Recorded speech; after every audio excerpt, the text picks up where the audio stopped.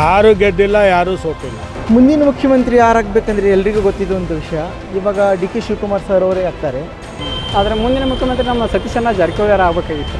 ಡಗ್ಗು ಬಂದರು ಸೋರು ಯಾರೇ ಬರಲಿ ಜನಗಳಿಗೆ ಒಳ್ಳೇದು ಮಾಡಿದ್ರೆ ಸಾಕು, ನಾವು ಕೇಳ್ಕೊಳೋದು ಅದೇ ಅಷ್ಟೇ. ಕಳೆದ ಕೆಲವು ತಿಂಗಳುಗಳಿಂದ ನಡೀತಾ ಇದ್ದಂತಹ ಮುಖ್ಯಮಂತ್ರಿ ಬದಲಾವಣೆಯ ಚರ್ಚೆ ಕೊನೆಗೂ ತೆರೆ ಬಿದ್ದಿದೆ. ಮುಖ್ಯಮಂತ್ರಿ ಸಿದ್ದರಾಮಯ್ಯನವರು ತಮ್ಮ ಸ್ಥಾನಕ್ಕೆ ರಾಜೀನಾಮೆಯನ್ನು ಕೂಡ ಸಲ್ಲಿಸಿದ್ದಾರೆ. ಮಾತ್ರವಲ್ಲ, ಅವರು ಮುಂದಿನ ಮುಖ್ಯಮಂತ್ರಿ ಡಿ ಕೆ ಶಿವಕುಮಾರ್ ಅವರಿಗೆ ಸಂಪೂರ್ಣ ಸಹಕಾರವನ್ನು ನೀಡಬೇಕು ಮತ್ತು ತಾವು ಕೂಡ ಸಹಕಾರವನ್ನು ನೀಡುವುದಾಗಿ ಕೂಡ ಘೋಷಣೆ ಮಾಡಿದ್ದಾರೆ. ಆದರೆ ಈ ಎಲ್ಲದರ ನಡುವೆ ರಾಜಕಾರಣದಲ್ಲಿ ಆಸಕ್ತಿ ಇರುವಂತಹ ಅನೇಕರಿಗೆ ಉಂಟಾಗುವಂತಹ ಪ್ರಶ್ನೆ ಏನಪ್ಪ ಅಂತಂದರೆ, ಸಿದ್ದರಾಮಯ್ಯನವರು ಬರೋಬ್ಬರಿ 40 ವರ್ಷಕ್ಕಿಂತ ಅಧಿಕ ಒಂದು ರಾಜಕಾರಣದಲ್ಲಿ ಅನುಭವ ಹೊಂದಿರುವಂತಹ ವ್ಯಕ್ತಿ, ಅವರು ಇಷ್ಟು ಸುಲಭವಾಗಿ ತಮ್ಮ ಸ್ಥಾನಕ್ಕೆ ಹೇಗೆ ರಾಜೀನಾಮೆ ಕೊಟ್ಟರು ಅನ್ನುವಂತಹ ಪ್ರಶ್ನೆ ಉಂಟಾಗ್ತಾ ಇದೆ. ಇನ್ನು ಈ ಒಂದು ವಿಚಾರದ ಕುರಿತು ಸಾರ್ವಜನಿಕರಲ್ಲಿ ಯಾವ ರೀತಿಯಾದಂಥ ಅಭಿಪ್ರಾಯ ಇದೆ ಅಂತ ಹೇಳಿ ಸಾರ್ವಜನಿಕರನ್ನೇ ಮಾತಾಡ್ತಾ ಹೋಗೋಣ ಬನ್ನಿ. ಸಿದ್ದರಾಮಯ್ಯನವರು ರಾಜೀನಾಮೆ ಕೊಟ್ಟಿದ್ದಾರೆ ಮುಖ್ಯಮಂತ್ರಿ ಸ್ಥಾನಕ್ಕೆ. ಮುಂದಿನ ಮುಖ್ಯಮಂತ್ರಿ ಯಾರಾಗ್ಬೋದು? ಮುಂದಿನ ಮುಖ್ಯಮಂತ್ರಿ ಯಾರಾಗಬೇಕಂದ್ರೆ ಎಲ್ರಿಗೂ ಗೊತ್ತಿದ್ದಂಥ ವಿಷಯ. ಇವಾಗ ಡಿ ಕೆ ಶಿವಕುಮಾರ್ ಸರ್ ಅವರೇ ಆಗ್ತಾರೆ.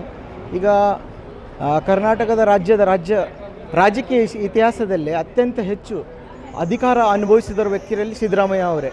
ಯಾಕೆ ಮುಂಚೆ JDS ಅಲ್ಲೂ ಇದ್ದಾಗ, ಕಾಂಗ್ರೆಸ್ಸಲ್ಲೂ ಇದ್ದಾಗ 2 ಸಲ ಮುಖ್ಯಮಂತ್ರಿ ಮತ್ತು 2 ಸಲ ವಿರೋಧ ಪಕ್ಷದ ನಾಯಕರಾಗಿದ್ದರು. ಅವರು ಮೊದಲನೇ ಟರ್ಮಲ್ಲಿ ಮಾಡಿರುವಂಥ ಜನಪರ ಕಾರ್ಯಗಳು ಒಳ್ಳೆ ಜನರಿಗೆಲ್ಲ ತಲುಪಿದೆ. ಆದರೆ ಈ ಟರ್ಮಲ್ಲಿ ಸ್ವಲ್ಪ ಕಾರ್ಯಗಳು ಮೊದಲಿನ ಥರ ಇದ್ದಿದ್ದಿಲ್ಲ. ಸೊ ಜನರಿಗೂ ಬೇಸಿತ್ತಿತ್ತು ಯಾವಾಗ ಅಧಿಕಾರ ಹಸ್ತಾಂತರ ಆಗುತ್ತೆ ಅಂತ. ಮೊದಲೇ ಅಂದ್ಕೊಂಡಿರೋ ಪ್ರಕಾರ ಈಗ ಡಿ ಕೆ ಶಿವಕುಮಾರ್ ಸರ್ ಅವರಿಗೆ ಒಂದು ಅವಕಾಶ ಕೊಡಬೇಕು. ಅವರಿಗೆ ಅವಕಾಶ ಕೊಟ್ಟರೆ ಒಂದೇನೋ ಯುವಕರಿಗೊಂದು ಉತ್ಸಾಹ, ಅವರೇನೋ ಒಂದು ಮಾಡ್ತಾರಂತ ಜನರಲ್ಲಿ ಒಂದು ನಂಬಿಕೆ. ಡೆಫಿನೆಟ್ಲಿ ಲೈಕ್ ಈ ಮೂವ್ ಒಳ್ಳೆಯದು ಅಂತಲೇ ಅನಿಸುತ್ತೆ. ಯಾವತ್ತೋ ಒಂದು ದಿವಸ ಆಗಬೇಕಾಗಿತ್ತು, ಸೊ ಇವಾಗ ಆಗಿದೆ. I think D K Shivakumar because ಮೊದಲೇ ಮಾತುಕತೆ ಆಗಿತ್ತು ಆ್ಯಂಡ್ ಅವರೇ ಆಗಬೇಕು ಅಂತ ನನಗೂ ಅನಿಸುತ್ತೆ. ಇಲ್ಲಿ ನೋಡಿ, ಇಲ್ಲಿ ಮಾಡಿದಾರಲ್ಲ ಜನಗಳಿಗೆ, ಲೇಡೀಸ್ಗೆ ಇದು ಮಾಡ್ತಾಯಿದ್ದಾರೆ, ಎಲ್ಲ ಇದು ಮಾಡ್ತಾಯಿದ್ದಾರೆ. ನಾನು ಇಲ್ಲ ಅಂತ ಹೇಳ್ತಾ ಇಲ್ಲ, ಅವರು ಎಲ್ಲ ಫ್ರೀ ಕೊಡ್ತಾಯಿದ್ದಾರೆ. ಆದರೆ ಅವ್ರು ಯಾರು ದುಡ್ಡೋದಿಲ್ಲ, ನಮ್ಮ ದುಡ್ಡೇ. ಅವ್ರೇನು ತಂದು ಬಂಡವಾಳ ಆಗ್ತಾಯಿಲ್ಲ. ಏನು ಹೇಳಿ, ಅವ್ರು ತಂದು ಕಷ್ಟಪಟ್ಟು ಅವ್ರು ತಂದು ಬಂಡವಾಳ ಹಾಕ್ಬಿಟ್ಟು ಕೊಡ್ಲಿಕ್ಕೆ ಕೈಯಿಂದ ಎಲ್ಲ ರೇಟ್ ಜಾಸ್ತಿ ಮಾಡವ್ರೆ. ಆ ರೇಟ್ ನಡೆಸ್ಕೊಳ್ಳಿ ವ್ಯಕ್ತಿತ್ವ ಇಲ್ಲ, ತಾಕತ್ತಿಲ್ಲ. ತಪ್ಪು ಮಾಡಿದ್ದಾರೆ ಅವರು, ತೆಗೆದುಬಿಟ್ರು. ಅದ್ರ ನಂತರ ಅವ್ರು ಚೇಂಜ್ ಮಾಡಿಬಿಟ್ರಲ್ಲ, ಮಾಡಬಾರ್ದಾಗಿತ್ತು. ಎಮಿನೆಂಟ್ ಲೀಡರ್ ಅವನು. ಆಗಲಿ ಡಿ ಕೆ ಶಿವಕುಮಾರ್ ಎಮಿನೆಂಟ್ ಇದ್ದಾರೆ ಅವರು. ಈಗ ಹೈಕಮಾಂಡ್ ಪರವಾಗಿ ಹೋಗಿರ್ತಾನೆ ಅವರು. ಹಾಂ, ನಮಗೆ CM ಸಿದ್ದರಾಮಯ್ಯನವ್ರು ಬೇಕು ಮತ್ತು ಯಾರೋ ನಮ್ಮ ಡಿ ಕೆನೂ ಬೇಕು. ಆದ್ರೆ ನಾವು ಅಪ್ಪ ಟೈಮ್ ಡಿ ಕೆ, ಅಪ್ಪ ಟೈಮ್ ಇಲ್ಲ ಅಂತಲ್ಲ, ಅವರು ಬೇಕು ಇರ್ಬೇಕು. ಆದರೆ ನಮಗೆ ಡಿ ಕೆ ಆಗಬೇಕಂತ ನಮ್ಮ ಮನಸ್ಸಲ್ಲಿತ್ತು.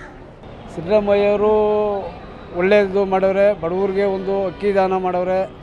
ಆಮೇಲೆ ಒಂದು ಹೆಣ್ಮಕ್ಳಿಗೆ ಒಂದು ಏನೋ 2,000 ಬರೋದು ಮಾಡವ್ರೆ, ಅದೆಲ್ಲ ಓಕೆ. ಸಿದ್ದರಾಮಯ್ಯ ತಮ್ಮ ಮಗನ ರಾಜಕೀಯ ಭವಿಷ್ಯಕ್ಕಾಗಿ ರಾಜೀನಾಮೆ ಕೊಟ್ಟರು ಅಂತ ಅನ್ಸುತ್ತೆ. ಅದೆಲ್ಲ ಹೇಳೋಕ್ಕೆ ನಮ್ಮದು ಅವ್ರಿಗೆ ಸಂಬಂಧ ಇಲ್ಲ ಸರ್. ನಮ್ಮ ಮನಸ್ಸಿಗೆ ಈಗ ಜನ ಹೇಳ್ಕೊಂಬೋದು ಮಾತಾಡ್ತದಂತೆ. ಡಾಕ್ಟರ್ ಪರಮೇಶ್ವರು ಸೋರು ಸೇಮ್ ಅಂತೂ ಗ್ಯಾರಂಟಿ. ಬಟ್ ಮೇನ್ ಥಿಂಗ್ ಇದ್ದು ಕಂಡೀಷನ್ ಇನಿಷಿಯಲಿ ಆಗ್ತೀರಾ. So that is the main problem. So that is the condition. This problem. Condition ಏನಿರ್ಬೋದು?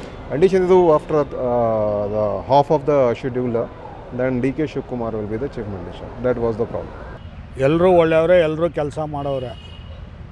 ಯಾರಿಗೂ ತೊಂದರೆ ಕೊಡದಿರೋ ಎಲ್ಲ ಕೆಲಸ ಮಾಡಿದ್ರೆ ಎಲ್ಲ ಕೆಲಸಗಳು ಸರಿಯಾಗಿ ಹೋಗುತ್ತೆ. ಅವ್ರು CM ಆಗಿದ್ದಾಗ ಇವ್ರೇನು ಆಡಳಿತಕ್ಕೆ ಏನು ತೊಂದರೆ ಮಾಡಲಿಲ್ವಲ್ಲ. ಅವರು ಅದೇ ಥರ ಇವ್ರು CM ಆದಾಗ ಅವರು ಯಾರು ತೊಂದರೆ ಏನೂ ಮಾಡಲ್ಲ, ಚೆನ್ನಾಗೇ ಮಾಡ್ತಾರೆ. ಅವ್ರು ಇರ್ತಾ ಇದ್ದರೆ ಒಳ್ಳೆಯದಿದ್ದು ನಮಗೆ. ನಮ್ಮ ಜನರು ಎಲ್ಲರಿಗೆ ಒಳ್ಳೇದು ಮಾಡಿದ್ದಾರೆ. ಎಲ್ಲ ಎಜುಕೇಷನ್ನಲ್ಲಿ ಎಲ್ಲ ಇದರಲ್ಲಿ ಎಲ್ಲ ಮಾಡಿದ್ದಾರೆ ಅವರು. ಅವರೇ ಇದ್ದರೆ ಒಳ್ಳೆಯದು.